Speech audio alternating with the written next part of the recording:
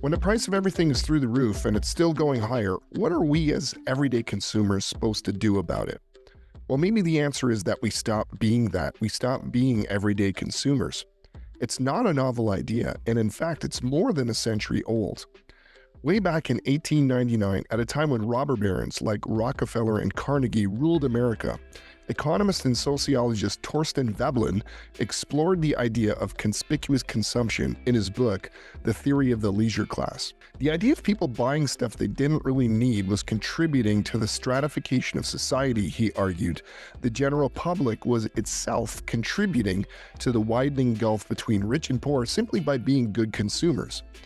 Now, fast forward a century to 1992, and that idea was picked up on by a Canadian artist, Ten Dave, who shaped it into a concept known as Buy Nothing Day.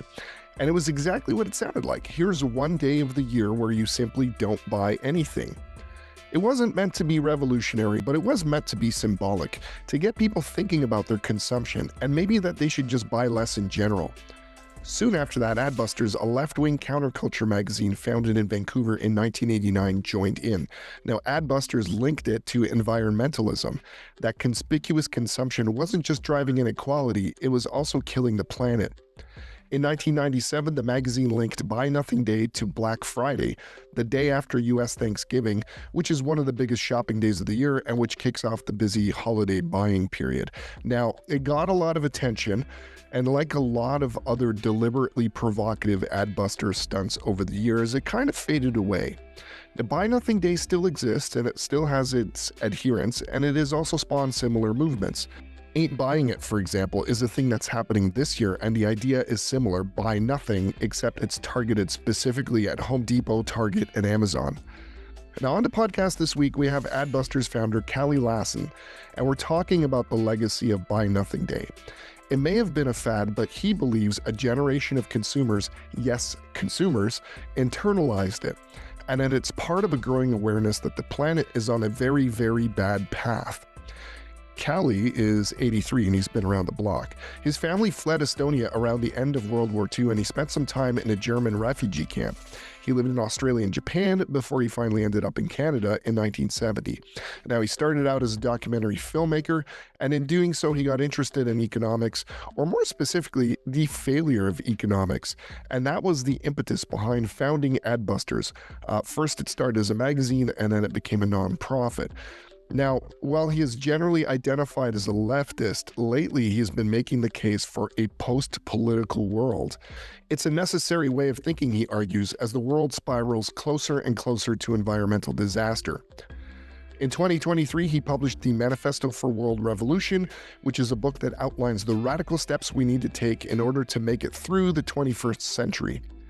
It's a timely conversation to have, I think, as we head into our annual celebration of conspicuous consumption, where yes, Buy Nothing maybe is just the tip of the iceberg.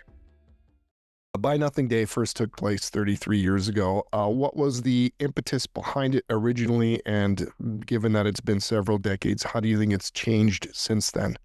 Yeah, well, it was a big deal when we first started. It was the first time that that somebody started to question consumption itself, and I remember wearing this little button that said "Buy Nothing Day," and people would stop me and say, "What the hell do you mean by that? That's crazy. What do don't you like consumption?" Anyway, it was a huge big deal, and the day spread. This Buy Nothing Day spread like wildfire. Within a year or two, it was happening in many cities in the U.S. and all over Canada. Then it went over to Australia. Then they called it No Shop Day in the U.K. and Within 5 years, it was celebrated in about 60 countries around the world, and it was for our foundation, which had just started, in our magazine, which had just started around then.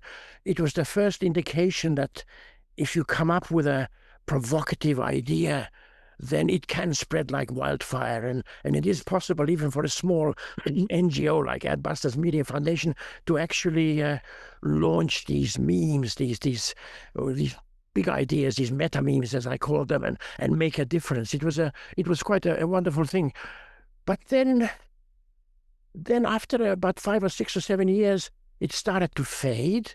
And we tried to keep it going, and after Buy Nothing Day to even have a Buy Nothing Christmas, but it went the way of Earth Day. It sort of lost its luster. It just didn't really create too much excitement after a while, and I found that really perplexing because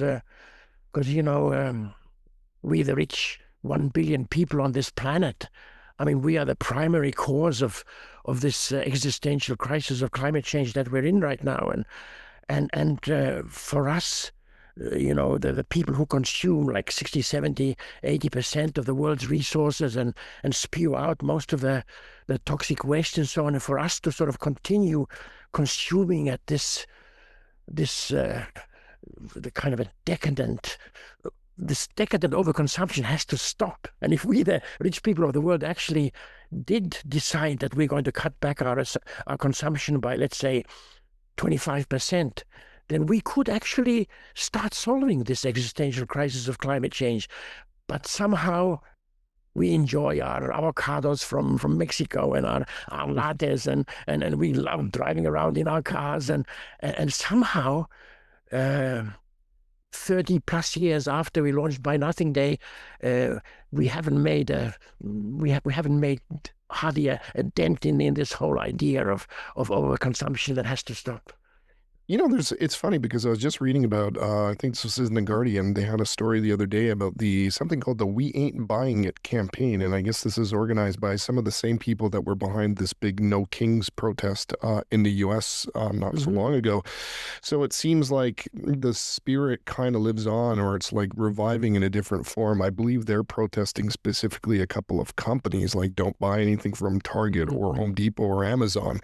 But the idea of Buy Nothing Day, I think maybe it's cyclical. I wonder if there's something more poignant about it now.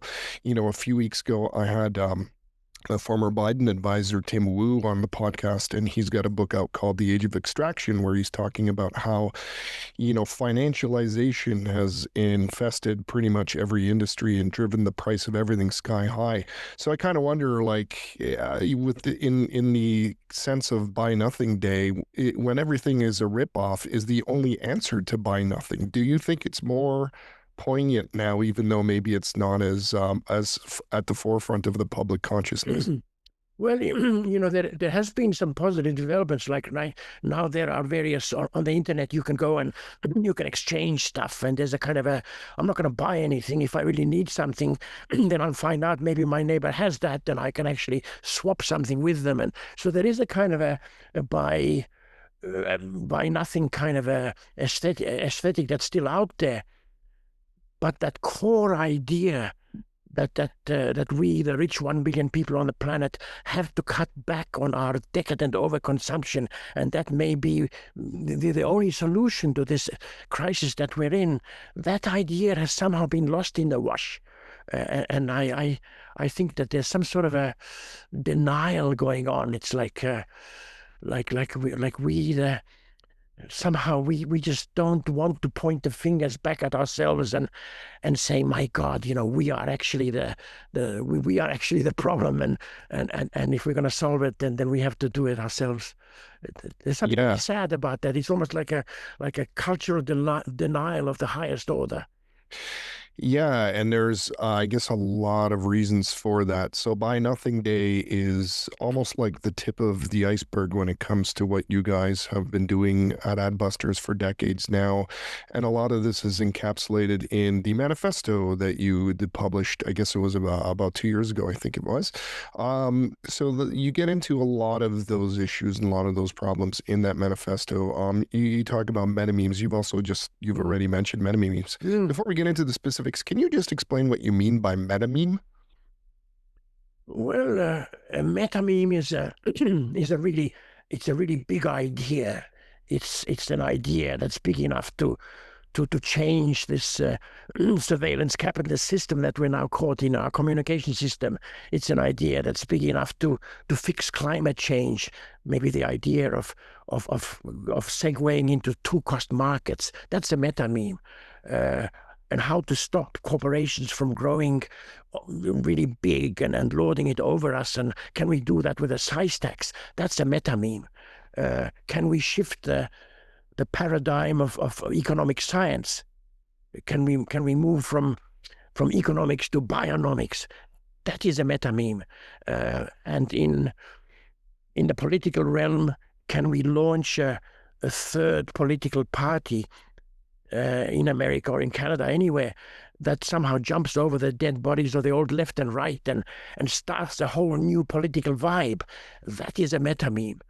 And on an aesthetic level, my favorite meta meme is this idea that if we're going to make it through the 21st century, then we have to have a tone shift, a vibe shift. We have to find a new way to feel what it feels, to change the way it feels to be alive in the 21st century. And we need some sort of a new aesthetics.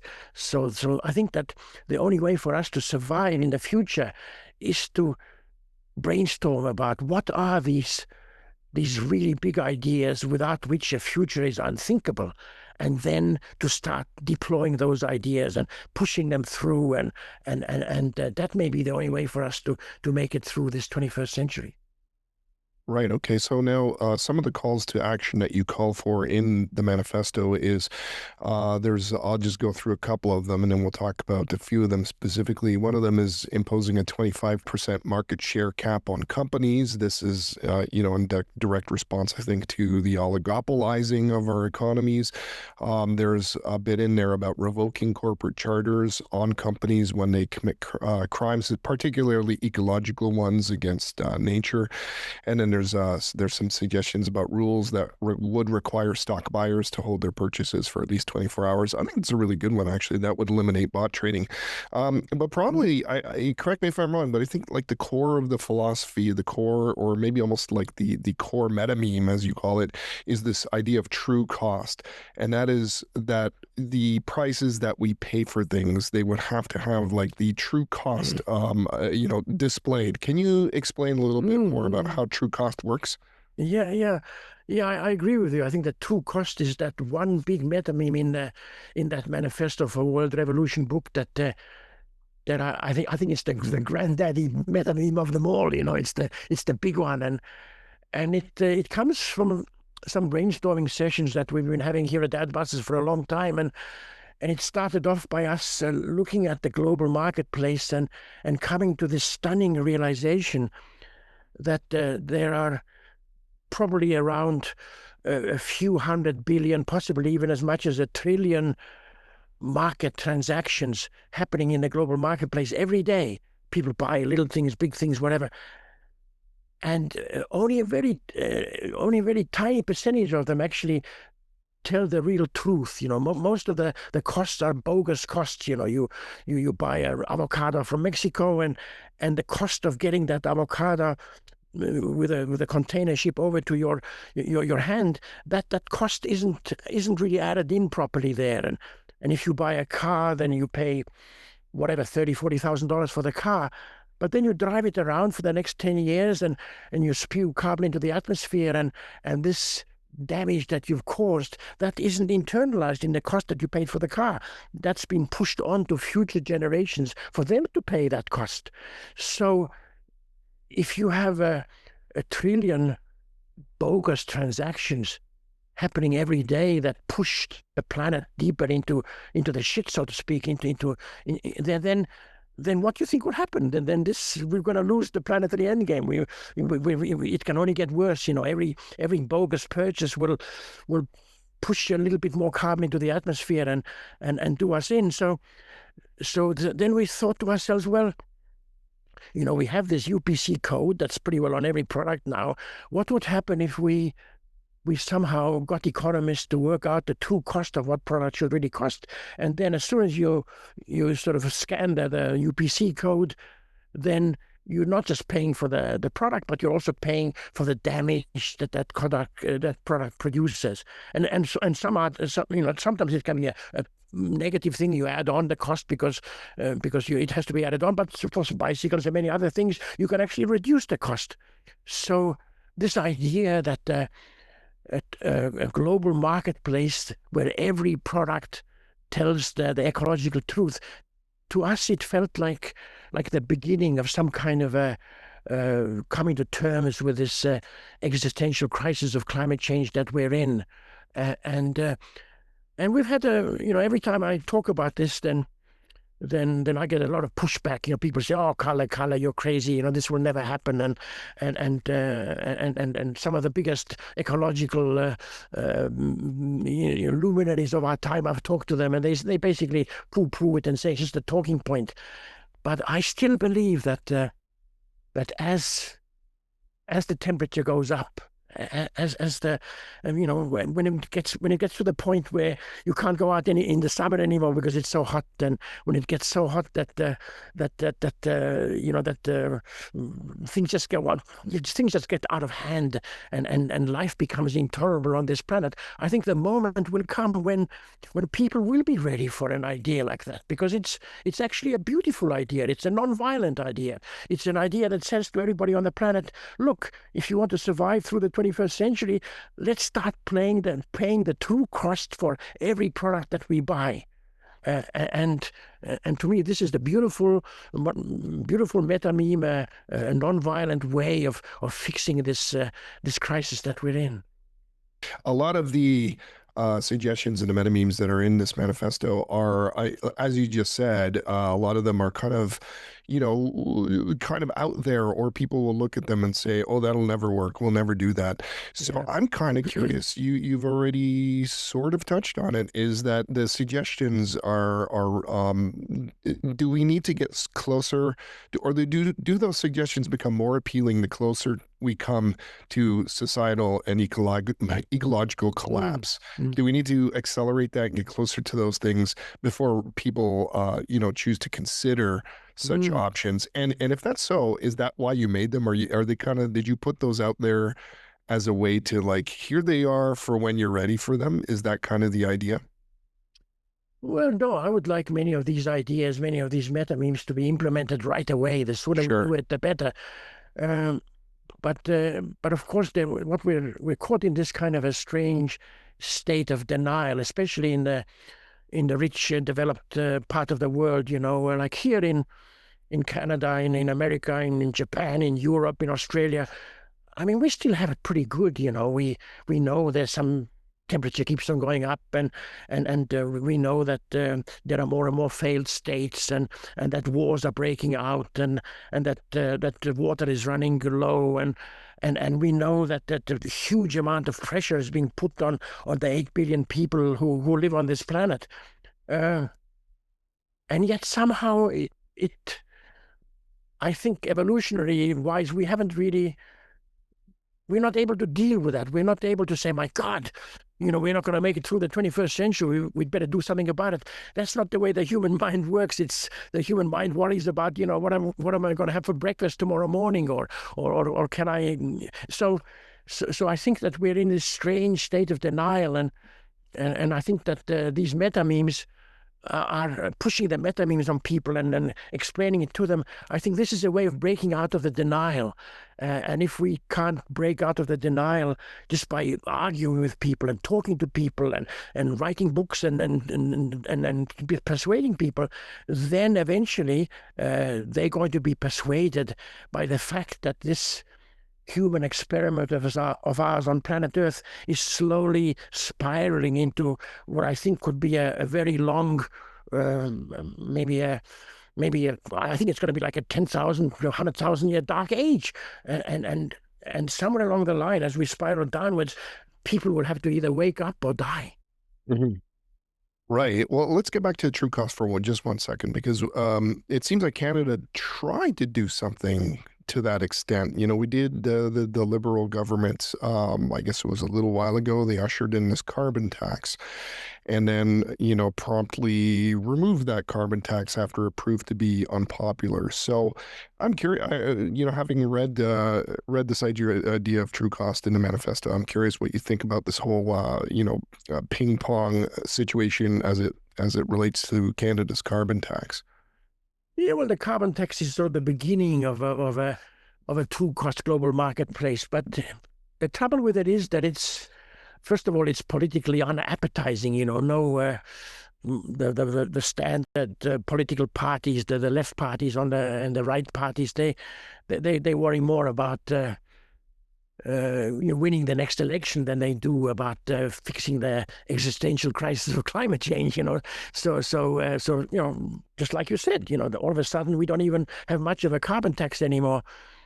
But I think that this idea of true cost, it's much more personal. It's you're not like saying to people, "Oh, don't worry about climate change. We're going to impose a carbon tax, and somehow magically that's going to fix everything." That's sort of far away. It doesn't really feel like it's part of our lives. But if you say to somebody, you point a finger at them and say, "You, Peter Novak, next time you go out and buy something, you have to pay the true cost of that thing that you're buying," and do you have a problem with that? And how can you argue back against the fact that you should pay not only the cost of making the product, but the cost of the damage that product causes? I would buy a lot fewer things. I know that for sure. Exactly. So that's the beautiful thing about the idea of climate, about the true cost, is that it confronts people in their personal lives head on, and I think it can really persuade people.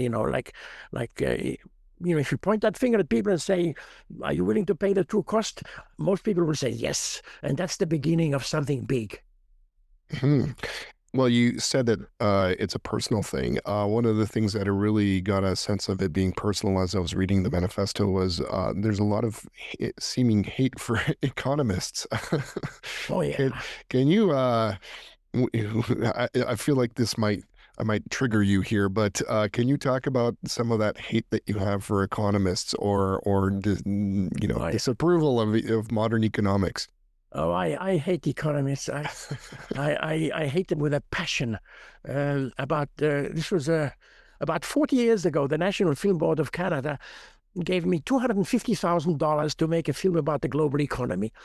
And I pranced around the world and talked to all kinds of economists and think tanks, and something really surprising came out of that. Many of the really big economists of that time, they were actually telling me that there's something fundamentally wrong with the current economic paradigm, the so-called neoclassical economics paradigm. That this is a paradigm that grew out of a kind of a culture of economists wanting to create a science that's an exact science. They wanted to make economics like physics, like an exact science. And they thought that by counting monies and coming up with various concepts around money, that they could actually control economies and make them work and guide them in benevolent, good directions and so on.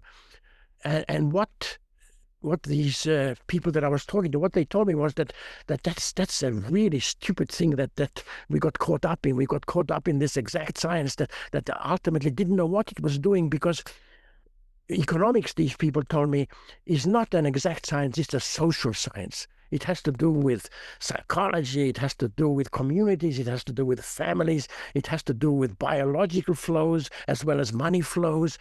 And what they told me at that time was that we're not going to survive in the long term with the current economic paradigm. We need to shift the paradigm of economic science, and that may be the only way for us to survive.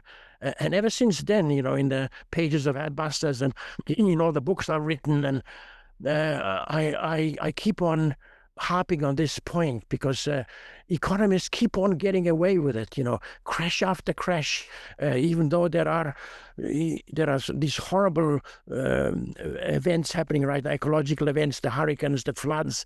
It feels like this whole planet of ours is sort of things are getting worse and worse and worse, and yet the economists are still saying, "Oh, the GDP can go up by 0.1% next year and we'll be fine." The current crop of neoclassical economists are totally fucked up, and I hate them with a passion. And with all the energy that I have, I'm going to try to shift their fucking paradigm before it's too late. And that's where this idea of bionomics comes in. Can you talk about bionomics? Yeah, well, just nobody has quite figured yet out what the new economics should be called. The feminists call it feminist economic, and some people call it heterodox economics. But I kind of like the word bionomics because it's got this. It still feels like economics, but it adds that natural dimension in there. And yeah, I think that one of my dreams is that uh, that somehow economics can move away from this dry, impersonal kind of exact science that deals with microeconomics and macroeconomics and interest rates and financial flows and derivatives and all that bullshit. And what we really need to deal with is natural biological flows and yeah, I think that if we can move, if we can sort of create some sort of a ruckus, if we can sort of whack these neoclassical economists on the head, and I think students can start doing that by just talking back in class and rebelling, then eventually we may actually create a beautiful new science. I call it the queen of the sciences that incorporates biology and psychology and feminism and all the cultural innuendos and comes up with a science. It becomes like a science of survival, as this one scientific enterprise that can actually help us work our way out of this existential fix that we're in. It reminds me a little bit about I think it's Bhutan, the country of Bhutan, where Mm, they don't necessarily use GDP as their main measure of economic success. They have, I think it's called gross national happiness. I yeah, believe yeah. is that kind of where you Uh, think things should it, go? it's a small little thing. I mean, they've been ever since people started complaining about the fact that economists don't actually know how to measure progress, that the only real the thing they have is the gross national product, and they keep on pushing that, even though they know that it's not a really good measure of progress at all. So, and then they started coming up with GPI, product indicators, and happiness. This thing that you talk about in Bhutan, that was one of them. Like economists suddenly were told that you can't just measure money flows, you also have to measure happiness. And they said, okay, okay. And then Bhutan was one beautiful example of a country actually trying to do that.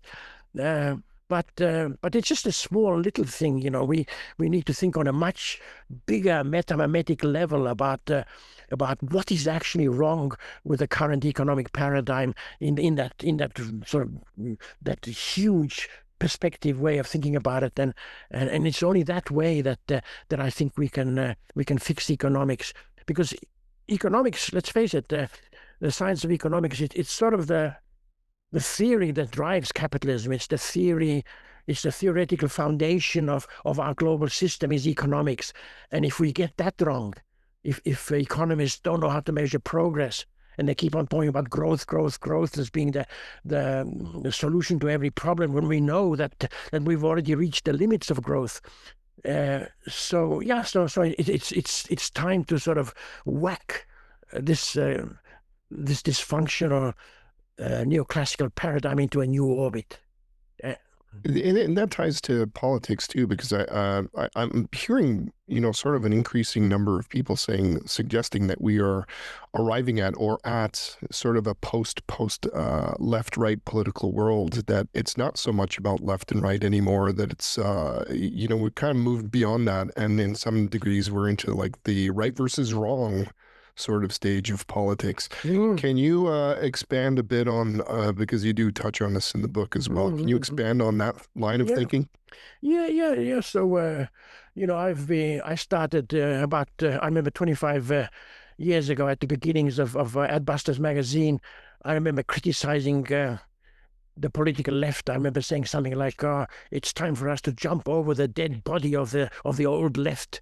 And I remember this avalanche of criticism that came at me at the time. People said, "How hey, comrade, how can you possibly talk back against your own people? And what do you want? You want the people on the right? Do you want them to win? Do you want the Republicans to win?" And that was my first indication of how fanatically people stick to their old left-right paradigms, and then I look at at the elections that have been going on in Canada and especially in America there, and it's a kind of a strange, like a Tweedledum, Tweedledee kind of a politics where the Democrats win and they do stuff, and then the people suddenly get a bit disillusioned, they want more, and then they elect in the Republicans, and in a way there is not a huge difference between the left and the right anymore. They basically, they all subscribe to the neoclassical economic paradigm. They all love corporations. They all want to just win the next election. The systemic changes that need to happen for us to survive the 21st century are never discussed by these political parties. Those political parties in power right now all around the world, the left parties and the right parties, they're not capable of the systemic heaves, the systemic changes that have to happen for us to actually make it through into the future. So I think that what we really need now is the birth of a third political party. And that's what we're trying to launch right now. We call it the bottoms-up majority party. We call it BUMS. and I think that there's quite a bit of appetite among young people who are sort of, Gen Z, and I think especially the generation that comes after Gen Z. I think they realize that there's something fundamentally broken about this current Tweedledum, Tweedledee democracy that we have, and that for us to really survive, for the Gen Z to really have a future, that they need to come up with a third political party that actually deals with the systemic problems that we face. I'm very curious what you think of, I believe it was just recently, we had the new New York City mayor, Zoran Mamdani, who is a self-described democratic socialist, visiting Donald Trump in the White House. And, they have their press conference, and Donald Trump, gives him permission to refer to him as a fascist. Yeah. But given what you're saying about, to me, it seems like the outsiders are, it sounds like exactly what you're describing, which is that the public is tired of the status quo, and they are turning to these outsiders, whether they're from the fringes of the political spectrum. So I'm really curious, what did you think about that scene between the two of those? Yeah, well, I laughed when I saw that, and to me it was just more of the same. It feels like I like him, I like his smile. I like the fact that he stands up to Mamdani, I assume, right? Yeah, Mamdani, yeah. I even like Trump to some degree. I don't like his ideas, but I like the power with which he pushes through his ideas. I mean, that's exactly what we on the so-called we on the left need is more of that chutzpah that Trump has. But Mamdani, I like him a lot, and I like that sort of furor that he's created. But he's just an old lefty. He's all the stuff that he's talking about, the free bus rides and rent controls, and this is just old lefty stuff. That's not the solution. What we need is a Mamdani that talks about the systemic heaves that we need to pull off, to have a future. And that kind of a politician has yet to rise. What do you, again, going back to the earlier question, do you think that things are just going to have to keep getting worse and worse for that type of person to arrive? Well, somewhere along the line, something has to happen. I don't quite know what that something is. There's, we human beings were opportunistic animals, and I think somewhere along the line, people will wake up to the fact that the future is actually a future that isn't the old left and it isn't the old right, that it's really more about survival now. Because, the old left and right, that grew up at the time before climate change, before the existential crisis, before this dire moment that we live through now. It was fine. You vote for one or the other, and they give you what you need, and everything felt fine. But now we are suddenly in an existential crisis, and that requires a different kind of politics. It requires a politics of metamemes. It requires a metamimetic politics, and that has yet to spring forward. There's been various attempts. I think that Podemos in Spain did a little bit of that, and there was Syriza, I think, was it in Greece, and there's various pirate parties, and but I must admit, I'm very hot right now on these a dozen or so revolutions that have happened recently in places like Nepal and Indonesia and other places. There's young people who couldn't take it anymore. They suddenly stood up and they were willing to put their asses on the line and fight for what they believed in. And they actually got rid of some of their leaders. Like in Nepal, they actually burnt down the parliament house and got rid of their leader. And similar things have happened in Indonesia and other places. And I have a feeling that we are now at the early stage of Gen Z rising up all over the world and jumping over the dead bodies of the old left and right. Unfortunately, in the rich countries of the world, like in Canada and America and so on, Gen Z is still somewhat in a funk. We somehow don't like what's going on, and we know that our lives may not be all that great, 5, 10, 20 years down the road. And we know that our children may have to suffer horribly because we can't fix climate change. But somehow, they have another latte, they have another avocado, they maybe they do a buy nothing day for a day, and then max out on their credit cards during Christmas. And so in the West, Gen Z feels to me like it's in a bit of a funk, and I'm hoping that over the next few years, Gen Z will wake up, not just in the so-called third world, in the developing countries, but Gen Z will wake up in the rich countries of the world as well. Well, that ties a little bit into kind of the history of Adbusters or the track record, I guess you could say, of Adbusters. It's been around for over 30 plus years. And it seems like every couple of years you guys come to the forefront with something. In the early days, there was culture jamming, and that was, basically like anti-advertisement almost. Then, of course, there was Buy Nothing Day. And I think a lot of people forget that Occupy Wall Street was you guys sparked that in the early 2000s. So, people will look back on that and say, oh, well, those are fads. But I believe you don't think that those things were fads, that they have in some ways gone mainstream. And I think you talk about things like the Me Too movement and Black Lives Matter and so on. So can you talk about that a little bit, about some of the things that you've done that the average person might think those were fads, but they are actually part of an ongoing thing? Well, life on planet Earth is a process, I remember the moment a long time ago, back in 1968, when I got politicized. There was this, of course, it was a time of the Vietnam War, and there was all kinds of discontent among young people. And then there was this little protest that suddenly happened in the Latin Quarter of Paris, France. And there was something about that moment, that exploded all around the world. All of a sudden, there was protests suddenly happening in universities all around the world and in cities all around the world, and young people were suddenly rising up, and it really spoke to me at the time. I was, I was in my 20s at that time, and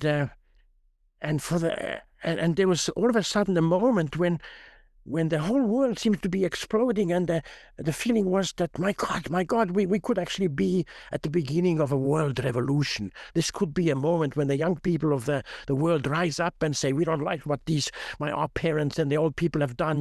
We want to have a new kind of a world. We want to be more free, more happy, more alive.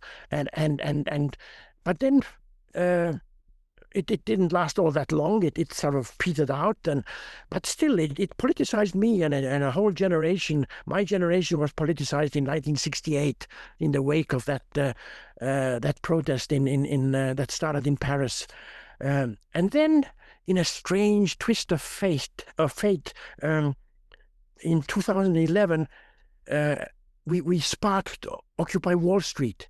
We told people to occupy this iconic heart of global capitalism in Wall Street and take it over, to occupy it. And hallelujah, some people went there and they did it, and then they occupied Zuccotti Park. And within a few months, it spread. And at the height of the Occupy movement, there was 2,000 occupations all around the world.